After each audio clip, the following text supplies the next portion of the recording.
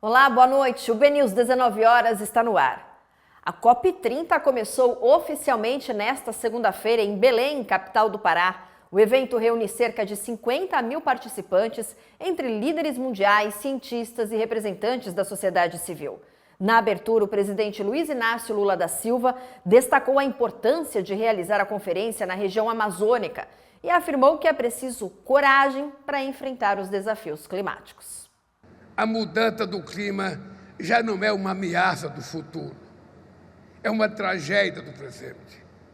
O furacão Melissa, que fustigou o Caribe, e o tornado que atingiu o estado do Paraná, no sul do Brasil, deixaram vítimas fatais e um rastro de destruições. Das secas e incêndios na África e na Europa, as enchentes na América do Sul e no Sudeste Asiático, o aumento da temperatura global espalha dor e sofrimento, especialmente entre as populações mais vulneráveis. A COP30 será a COP da verdade. Na era da desinformação, os obscurantistas rejeitam não só as evidências da ciência, mas também os progressos do multilateralismo. Eles controlam algoritmos, semeiam o ódio, espalham o medo, atacam as instituições, a ciência e as universidades. É momento de impor uma nova derrota aos negacionistas. E ainda falando em Belém, a cidade foi palco neste final de semana de uma cúpula internacional dedicada ao combate ao metano, um dos gases de efeito estufa mais potentes. O evento, organizado pelo Brasil, pela China e pelo Reino Unido, contou com o apoio da presidência da COP30 e lançou iniciativas para reduzir as emissões globais. Brasil, China e Reino Unido, com o apoio da presidência da COP30, organizaram no final de semana em Belém uma cúpula dedicada ao combate ao metano, um dos gases de efeito estufa mais potentes e de curta duração. O encontro reuniu ainda representantes de Barbados, França e da Alemanha. Durante o encontro foram lançadas iniciativas inéditas para acelerar a redução global das emissões de metano e outros gases não CO2, considerados a maneira mais rápida e eficaz de frear o aquecimento do planeta. Entre os anúncios está o Acelerador de Ação dos Países sobre Superpoluentes, iniciativa liderada por Brasil e Reino Unido para apoiar 30 países em desenvolvimento até 2030. 7 deles, incluindo o Brasil, vão receber um pacote inicial de 25 milhões de dólares. A proposta é criar unidades nacionais de superpoluentes inspiradas no modelo das unidades de ozônio do Protocolo de Montreal e mobilizar 150 milhões de dólares na primeira fase. Os compromissos firmados em Belém reforçam o papel do Brasil como liderança global na agenda climática. A ministra do Meio Ambiente e Clima, Marina Silva, lembrou que a redução do metano é essencial para manter o aquecimento dentro de 1,5 graus e anunciou novos passos para o Fundo Global da Amazônia. O compromisso do Brasil o tempo todo foi de, em tempo recorde, em 2 anos de Dubai para cá, de ter um fundo global que mobiliza recursos que não é de doação para pagamento por serviços ecossistêmicos para países que são detentores de floresta tropical. Era uma missão aparentemente impossível e nós chegamos na COP30 com o fundo completamente operacional e vai ser operado pelo Banco Mundial. A outra coisa é que não só está operacional, mas já conta com 6 bilhões de dólares. E a Alemanha acaba de nos dizer que vai anunciar sim o seu aporte e que ela vai dizer ainda quanto que é o aporte. Estamos todos na expectativa. O Reino Unido também apresentou a declaração reduzindo drasticamente as emissões de metano no setor global de combustíveis fósseis, que prevê a eliminação da queima e da ventilação rotineira até 2030 e a criação de um mercado de intensidade de metano próximo de zero. Já a China destacou que o desafio climático é global e que cada país precisa compartilhar suas políticas e experiências na redução das emissões. Continuaremos dialogando com o Reino Unido, continuaremos dialogando com a China e outros países, como é o caso da União Europeia e outros que estão se dispondo também a mobilizar recursos privados. A cúpula marcou o início de uma nova era de cooperação e responsabilidade na luta contra os gases de efeito estufa.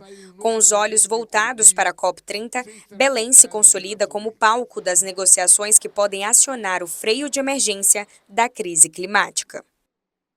O Brasil está próximo de dar um passo importante na área de mineração com a criação da Política Nacional de Minerais Críticos e Estratégicos. O projeto de lei deve ser apresentado nos próximos dias e prevê diretrizes para fomentar a pesquisa, a exploração e a transformação sustentável desses recursos, fundamentais para a transição energética e a descarbonização da economia. O Brasil se aproxima da criação da Política Nacional de Minerais Críticos e Estratégicos, conforme prevê o projeto de lei 2780 de 2024.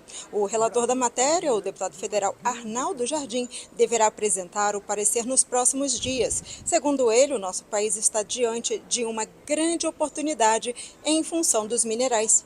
O mundo todo, com o desafio da inteligência artificial, da digitalização, com o desafio da transição energética, que exige baterias e uma série de outros equipamentos, precisa de minerais.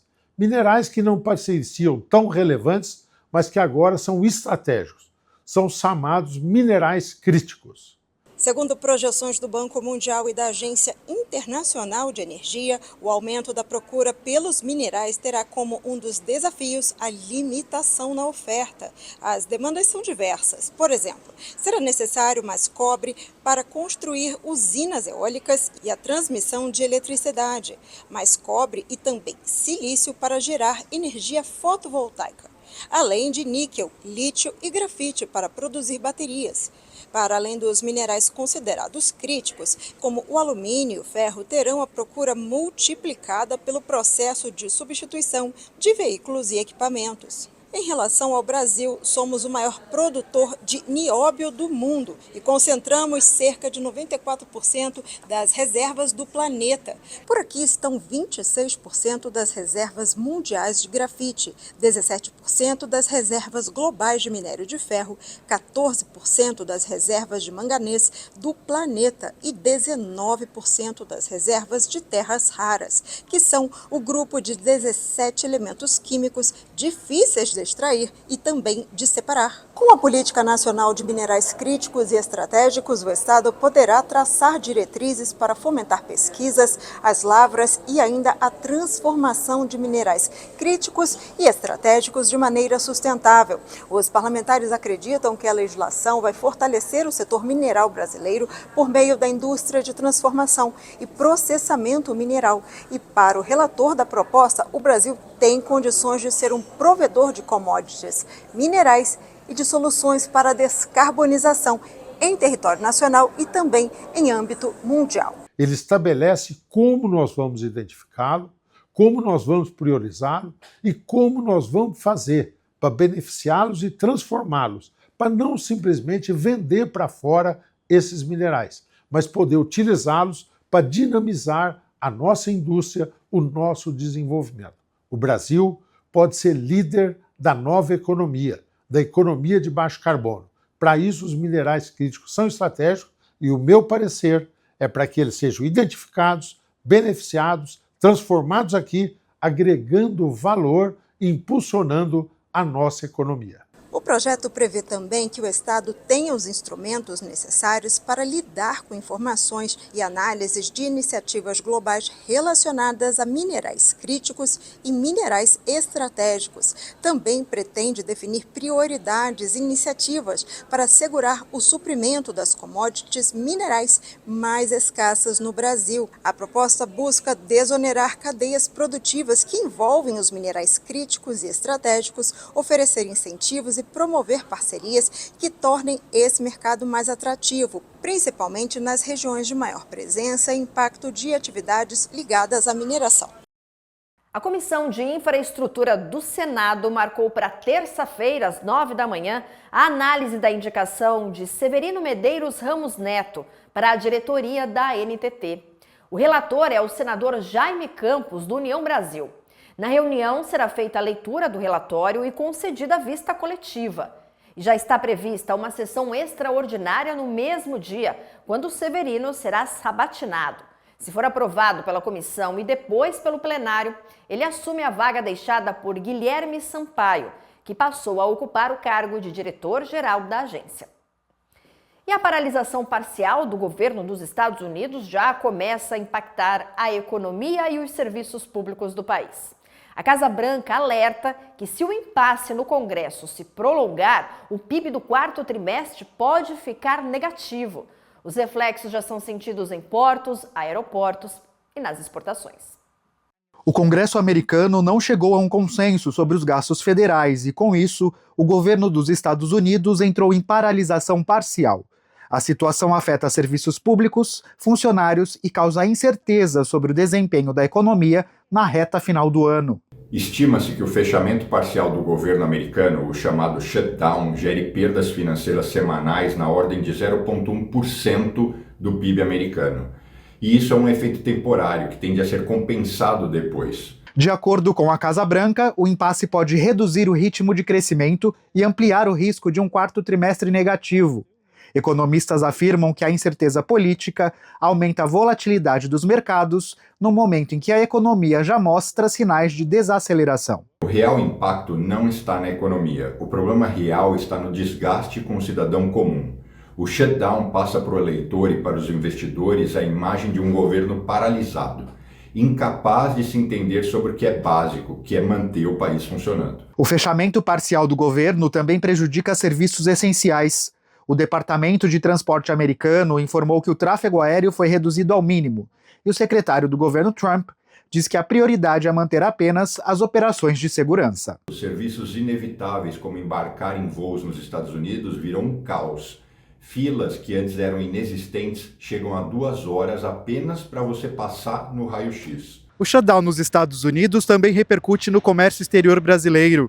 Segundo a ABS, a associação que reúne os principais tradings do país, o corte de jornada e a redução no número de servidores no governo dos Estados Unidos está gerando atrasos na liberação de cargas e documentos, afetando importações, exportações e processos de pagamento entre os dois países. Este tipo de impasse, além de custar bilhões à economia, tem consequências políticas diretas. Pesquisas recentes indicam que a maioria dos americanos culpa os republicanos pelo bloqueio orçamentário, embora os democratas também sejam afetados pelo desgaste. Pesquisas mostram que a maioria dos americanos atribui a responsabilidade principal aos republicanos, embora os democratas também não saiam ilesos. O desgaste é coletivo, mas o partido que está no poder sempre paga o maior preço. Com eleições legislativas se aproximando, o shutdown também se tornou uma questão eleitoral. Para os investidores, o cenário de instabilidade política pode afetar a confiança na liderança americana e atrair novas apostas em cortes de juros pelo Federal Reserve. No momento de crescimento fraco e inflação persistente, cada um desses sinais de desordem política pesa ainda mais. Em resumo, o shutdown talvez custe alguns bilhões de dólares, mas pode custar muito mais em credibilidade. Vamos agora ver um dos destaques do portal bnews.com.br e eu destaco uma notícia da região sul, porque o Codeba inicia uma fase de transição e assume a gestão provisória do Porto de Itajaí. O processo de transição da administração do Porto de Itajaí foi iniciado na última terça-feira, no dia 4, e uma comitiva da Companhia das Docas do Estado da Bahia, que é o Codeba, se reuniu com a Superintendência do Porto de Itajaí, na sede do órgão, para dar início, então, oficialmente à gestão participativa provisória do Porto, até a criação da empresa pública, Docas de Santa Catarina. Segundo o Codeba, o objetivo é estabelecer um plano de ação que garanta a execução dos investimentos previstos, preservando assim a autonomia para que a gestão local continue trabalhando para o desenvolvimento do porto. Tá aí, então, uma notícia que vem do sul do país.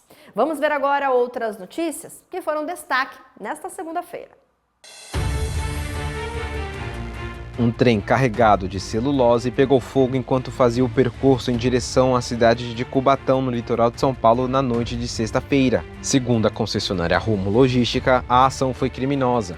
É o quarto incêndio em menos de um mês na mesma linha férrea. O incêndio teria começado em São Vicente e, ao chegar até um pátio da empresa, em Cubatão, as chamas foram combatidas pelo Corpo de Bombeiros. Ninguém ficou ferido.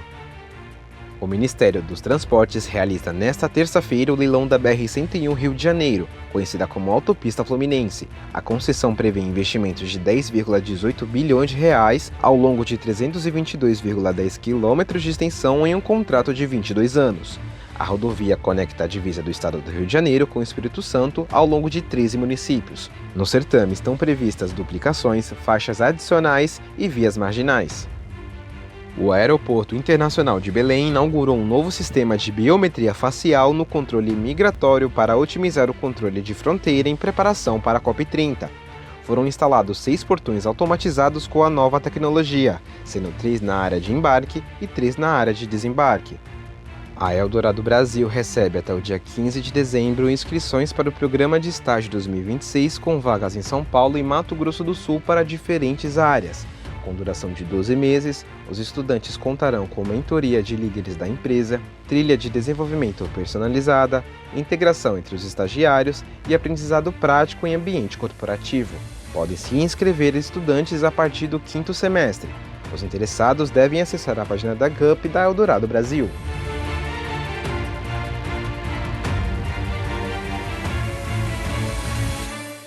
O Ministério de Portos e Aeroportos vai investir mais de 122 milhões de reais na ampliação e modernização dos aeroportos de Vilhena e Cacoal, em Rondônia. As obras fazem parte do programa Ampliar, que prevê melhorias em 19 terminais regionais, com um leilão marcado para o dia 24 de novembro, na B3, em São Paulo. O objetivo é impulsionar o agronegócio, o turismo e a conectividade aérea nas regiões norte e nordeste do país. Em Cacoal, conhecida como capital do café, o investimento será de 49 milhões de reais. Já em Vilhena, o portal da Amazônia, serão 73 milhões. E o BNews 19 horas desta segunda-feira fica por aqui. A gente volta amanhã com mais notícias para você. Uma ótima noite. Até lá!